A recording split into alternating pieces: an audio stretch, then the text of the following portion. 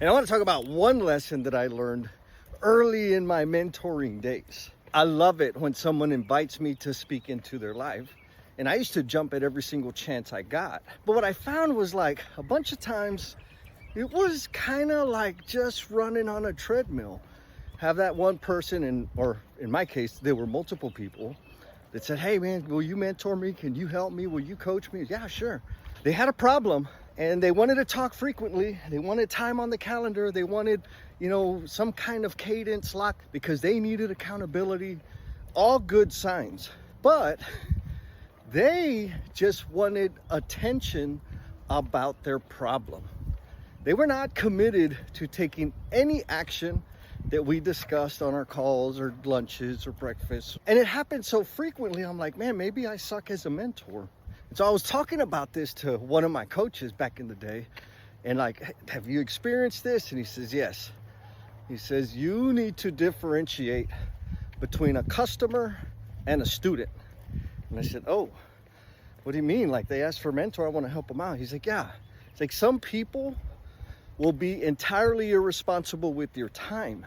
They will monopolize it and take as much as you're willing to give and do nothing with it. Those need to be your customers. They need to pay. And when you present them with the offer, they'll say no, thank you. Students will value every second and take action and apply anything you put in front of them. Those are students. And I said, oh my God. And so one thing I started doing when somebody says, hey, will you mentor me? Will you coach me? Is giving them a simple, tiny assignment. Some action that they need to take that I know isn't easy, but will help them with the issue that they're dealing with. And after I give them the assignment, I say, call me when you've completed the thing. And guess what? About 95% never make that second call. Some people, it'll be months before they call, but when they call, they say, Jesse, I finally did it. This is what I learned. This was my takeaway. It was so awesome. I was worried. I was nervous. I was scared, whatever. But like for real, life's happening. And so the question to you is, am I the only one that started off by picking up all the rescue projects out there?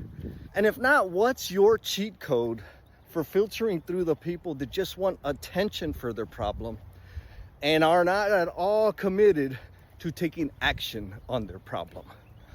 Be kind to yourself, be cool, and we'll talk at you next time. Peace.